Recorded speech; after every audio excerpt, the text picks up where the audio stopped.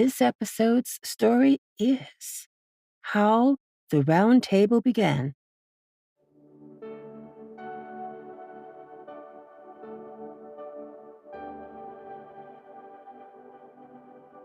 After King Arthur had fought and conquered many enemies, he said one day to Merlin, whose counsel he took all the days of his life, "My barons will let me have no rest, but bid me take a wife, and I have answered them that I shall take none except you advise me."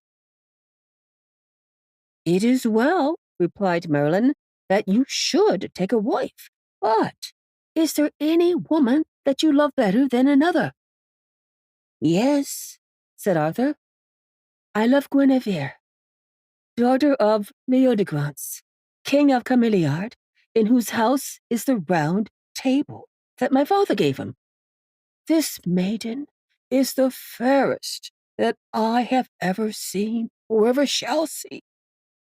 "Sir," answered Merlin, "what you say as to her beauty is true, but if your heart was not set on her, I could find you another as fair and of more goodness than she. But if a man's heart is once set, it is idle to try to turn him."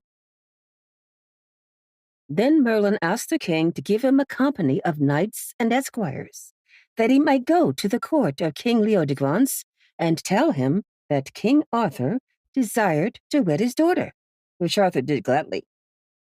Therefore Merlin rode forth and made all the haste he could till he came to the castle of Cameliard, and told King Leodegrance who had sent him and why. "That is the best news I have ever had," replied Leodegrance, "for little did I think that so great and noble a king should seek to marry my daughter. As for lands to endow her with, I would give whatever he chose, but he has lands enough of his own. So I will give him instead something that will please him much more: the round table which Uther Pendergast gave me, where 150 knights can sit at one time. I myself can call to my side 100 good knights, but I lack 50, for the wars have slain many and some are absent."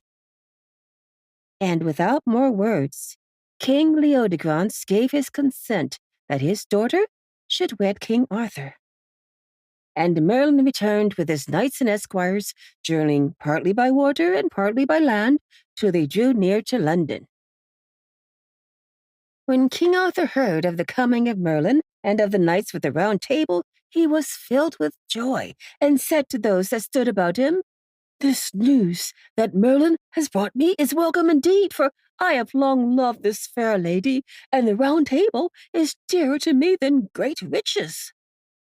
Then he ordered that Sir Lancelot should ride to fetch the queen, and that preparations for the marriage and her coronation should be made, which was done. "Now, Merlin," said the king, "go and look about my kingdom, and bring 50 of the bravest and most famous knights that can be found throughout the land." But no more than 28 knights could Merlin find. With these Arthur had to be content, and the Bishop of Canterbury was fetched, and he blessed the seats that were placed by the round table, and the knights sat in them. "Fair sirs," said Merlin, when the bishop had ended his blessing, "arise, all of you, and pay your homage to the king."